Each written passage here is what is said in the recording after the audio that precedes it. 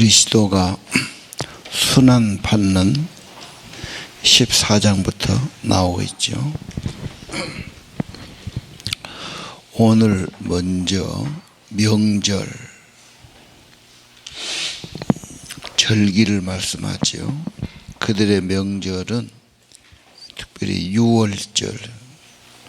유월절은 출애굽기에 유래가 나와 있습니다.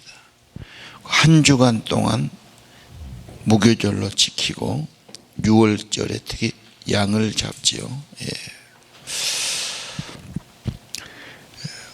이스라엘은 출애굽부터 시작된 나라입니다. 그래서 애굽에서 해방되고 어린 양의 피로 구속을 받은 백성들, 구원받은 백성은 예배하는 백성으로 구원받았다. 출애굽기에 성막이 보여주고 있지요. 우리나라 다르게 전통적인 가장 큰 명절, 구원받은 것을 기념하는 절기입니다. 모든 사람은 그때 성전에 가서 경배를 드리고 순례하게 돼 있죠. 자, 명절에 예수님께서 6월절 어린 양으로 죽습니다. 그래서 예수님은 세상 죄를 지고 가는 하나님의 어린 양이다. 자, 3절 이하 베다니 마을에 가셨어요. 시몬의 집에서 음식을 드시죠. 베다니는 예루살렘에 가깝고 올이나 되는 가까운 거리고, 거기는 유명한 마르다 마리아 나사로 살던 마을입니다. 시골은 다 알지요. 누가 사는지. 예수님이 오셔서 식사하는데 한 여자가 매우 비싼 향유를 부어드렸다. 요한복음 12장에는 이 여자가 마리아였다 이렇게 표현하고 있어요. 자, 매우 비싼 향유, 아주 냄새가 가득했을 겁니다. 인도산 동양의 귀한 향유였다. 고대의 보물은 좀 우리하고 좀 달랐던 것 같습니다. 사람들은 그것에 대해서 평가를 하죠. 왜 비싼 향유를 낭비하는가? 이 향유 값은 300데나리온에 팔 수 있을 거다. 가난한 사람을 도와줘도 좋을 텐데 비난하는 거죠. 남의 헌신을 비난하기 쉽고 남이 하는 일을 판단하기 쉽습니다. 300데나리온은 300일분의 임금을 이야기하니까 우리가 10만 원씩 일당 받는다면 3천만 원에 해당하겠습니다. 꽤 많은 비싼 거지요. 자, 그 사건에 대한 예수님의 말씀이죠. 6절에 가만두어라, 괴롭히지 말아라. 그는 내게 좋은 일을 했다.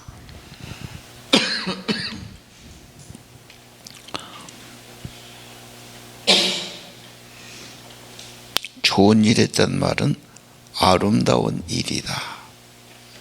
사랑에 대한 헌신이다. 자, 오늘 사랑은 계산을 초월한 거다. 사랑하는 사람한테 시간이 아깝다, 돈이 아깝다 그러면 사랑이 아닙니다. 사랑은 언제나 아쉬운 겁니다. 드려도 부족한 것이죠. 사랑을 허비로 보면 안 되죠. 사랑은 계산할 수 없는 겁니다. 계산하는 사람들이 이상한 사람들이죠. 특히 유다는 돈에 대한 관심이 많아서 그렇게 유다가 계산했다고 다른 성경은 말하고 있습니다. 자, 7절 이하 보면 이것은 기회다. 마지막 기회지요. 예수님의 장례. 6월절 절기에 죽으시니까 유월절 되기 전에 죽지 않습니까? 어린 양 잡을 때 죽습니다.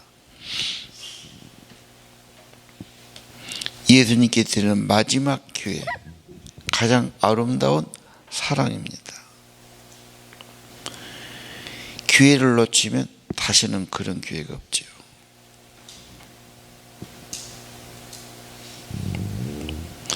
이 사랑은 자기가 가진 최선을 다하는 사랑이었어요.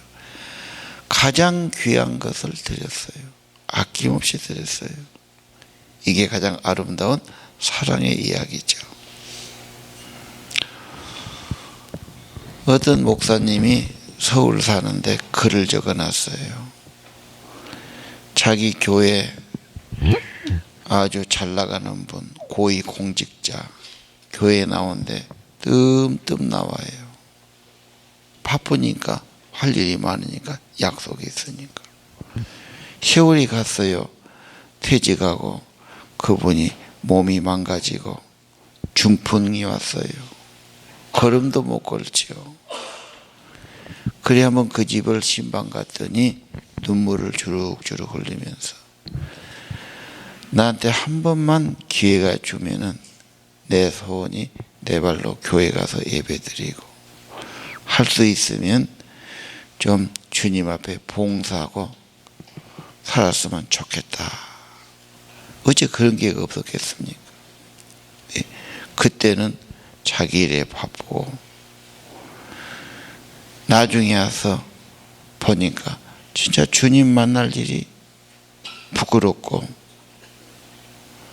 세상은 연락 오고 어쩌더니 자기가 아프니까 누가 연락 오겠습니까? 그래서 내가 시간이 있을 때 건강할 때 주를 위해서 내가 좀 봉사도 하고 예배도 열심히 드리고 뭘 해야 되는데 주님 앞에는 한 것이 없단 말이지. 기회를 잃어버린 사람이죠. 자, 오늘 성경에서 제일 아름다운 이야기가 이 여자의 가장 아름답고 귀중한 것을 주님께 드리는 사랑의 이야기다. 드린다 할 때 사람은 손해라고 생각해요. 아니 10의 1이 문제가 아니라 10의 10 전부가 주님의 것이고 주님이 주신 겁니다.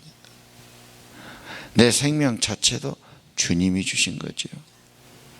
은혜로 살고 주님의 축복으로 살고 있습니다. 시간 주의를 드린다. 예배만 아니죠. 시간 전부도 주님이 주신 거고 주를 위해 살아야 될 겁니다. 내 몸도 마찬가지입니다. 그래서 사랑의 주님, 구원의 주님 앞에는 내 몸과 내 삶, 내 전부를 다 드려서 바쳐야 마땅합니다. 오늘 힘을 다한 이 여자, 정성과 사랑을 다한 여자 8절을 보십시오. 이 여인이 하는 것은 낭비가 아닙니다. 이 여자가 내 몸에 향유를 부었는데 장례를 준비한 거였다. 9절이 보상이죠. 이 아름다운 이야기.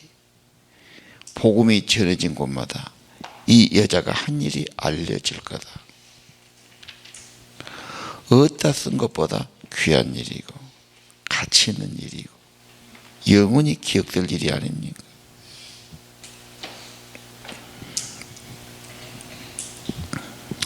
아름다운 이야기죠. 내가 큰 집을 샀다. 큰 집을 샀지만 그걸 가지고 가겠습니까? 결국은 버려두고 갈 거지. 내가 무슨 일 했다. 그것은 이 땅으로 끝이 납니다. 하나 주님께 한 것은 영원히 기억될 수 있고 영원히 복되기도 합니다. 자, 오늘 우리는 사랑의 이야기, 남의 이야기가 아니라 나의 사랑, 나의 헌신, 나도 아낌없이 주님을 위해서 헌신하고 드려지고, 그렇죠. 천국 가서까지 영원히 기억되고 축복된 주님께 대한 사랑과 헌신이 있어야 되겠다.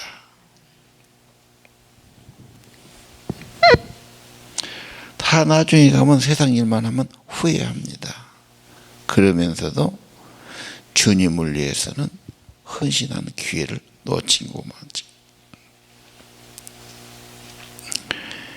자기를 위해서, 자기 자녀를 위해서는 억을 들여도 아깝지 않다고 생각해요. 주님 앞에는 성전을 짓고 정말 필요한 일이 있어도 1,000만 원 드리는 것도 아깝다고 생각하고 못하는 사람 많아요. 마지막 주님 앞에 갈 때는 후회스럽죠. 예.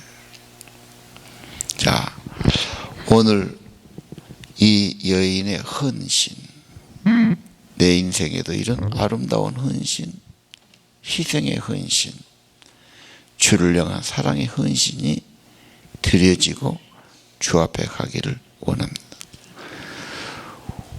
이 아름다운 이야기는 세상에 알리지 않지만 우리 자손에게 알려질 겁니다.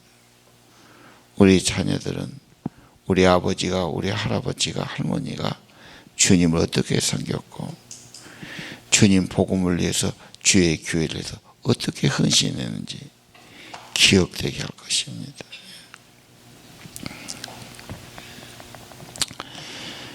자, 10절 이하. 가룟 유다는 배신할 마음을 먹습니다. 왜 그렇습니까? 돈 때문에 그렇습니다. 유다는 원래 돈에 관심이 굉장히 많아요. 돈의 비중이 큰 사람이죠. 사람에 따라서 돈이라면 꼼짝 못하는 사람 있지 않습니까? 모든 것을 돈으로만 계산을 합니다. 아까 그 300대단을 계산한 사람도 가룟 유다였을 겁니다. 그리고 이 돈을 왜 이렇게 하냐고 화를 내고 낭비라고 생각했죠. 예수님은 6월절 양을 잡은 그때 체포된단 말이에요. 그리고 죽으십니다. 다시 한번 2절에 보니까 명절에는 소독나니까 안 된다. 왜? 많은 사람을 예수님을 사랑하고 따르니까 건드리면 안 된다 그러죠. 그래서 6월절은 양을 잡아서 6월절 식사를 해야 하지 않습니까? 12절 무교절 6월절 양 잡은 날에 어디 가서 음식을 준비할까? 6월절은 꼭 양을 잡아서 양을 먹는 겁니다. 6월절 식사 왜요? 6월절 핵심은 어린 양의 죽으심. 무교병은 그 당시에 있을 수 없는 발효 안 되는 빵을 먹기 때문에 그걸 지금 재현하는 거죠. 6월절에 예수님께서 체포될 걸 아시고 이 6월절 마지막 식사를 꼭 제자들과 하고 싶었어요. 그래서 은밀하게 준비하죠. 공개적으로 남모르게 은밀하게 해서 다락방에 가신다 그렇게 됐어요. 예수님께서 다락방에 가셨습니다.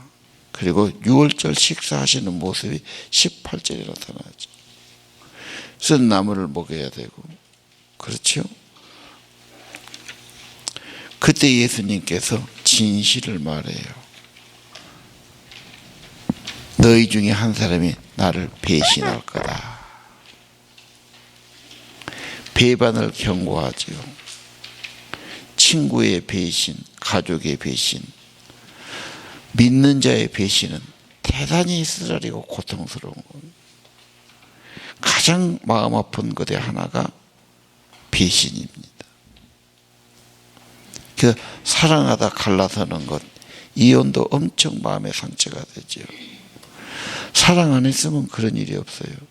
나는 믿었고 사랑했는데 그렇게 고통을 줄 때 엄청난 고통이죠. 나하고 지금 한 상의 음식에 손을 넣을 자가 그렇다. 20절에 그러죠. 12 가운데 하나고 나와 함께 그릇에 손을 넣어서 빵을 찍은 사람이다. 그러고부터 말씀하죠. 그 사람은 화가 있다. 태어나지 않으면 좋았을 거다. 그래도 회개를 안 하지요. 후회 있는 인생, 태어나지 말 인생이 많지요. 왜? 죄만 짓다가 가는 인생. 악한 일만 하는 사람들. 나쁜 일만 골라서 하고 남 못한 일만 하고 남을 죽이고 히틀러 같은 사람, 연상군 같은 사람, 그렇죠. 네로 황제 같은 사람은 태어나지 않은 것이 훨씬 낫어요. 이 땅에 와서 악한 일만 하고 남 못 살게 하고 죄만 남기고 같지 않습니다. 태어나지 않았으면 좋을 사람. 그 말은 나는 태어나서 어떠한 유익을 끼치고 있는가? 나는 인생을 사는 목적을 무엇으로 삼고 있는가? 나는 하나님이 기뻐하는 삶을 살고 있는가 봐야 된다고 말해요. 가룟 유다는 이 마지막 예수님의 경고에도 회심하지 않고 회개하고 자백하지 않아요. 뜨끔했을 겁니다. 왜? 제사장과 짜고 돈 받기로 하고 파기로 했으니까요.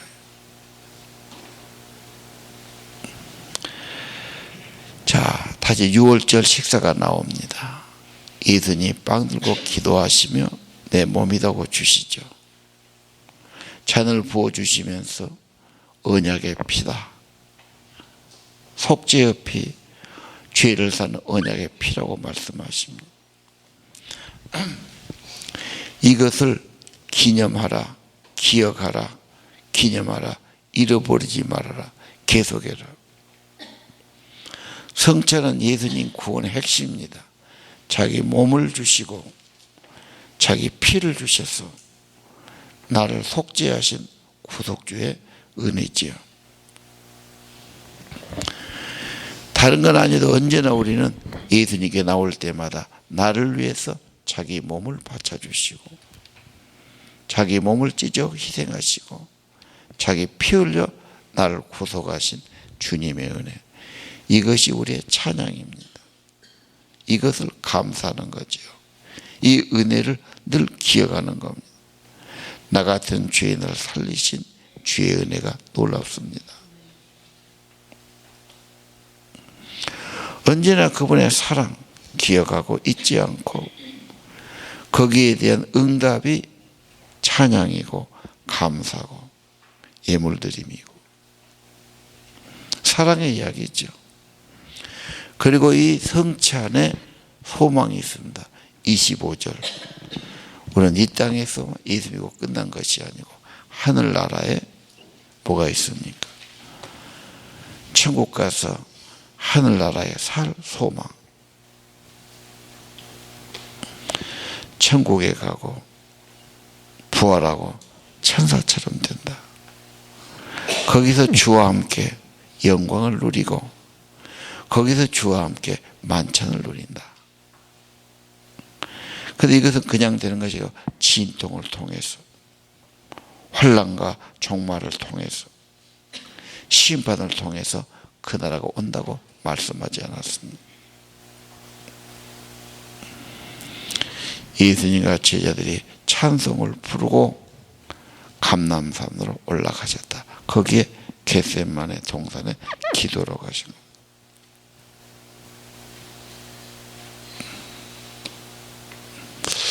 함께 찬송을 불렀다. 함께 만찬을 드셨다. 함께 기도했다. 귀한 것 아닙니까? 오늘 예수님께 사랑의 이야기, 아름다운 이야기, 헌신을 드린 여자. 이름이 없어도 상관없습니다. 내 인생 주를 향한 사랑의 이야기, 헌신의 이야기, 아름다운 일이 있기를 바라고요. 예. 내 인생 살면서 태어나지 않았으면 좋을 뻔했다는 죄를 짓고 남모달 일 하지 말고,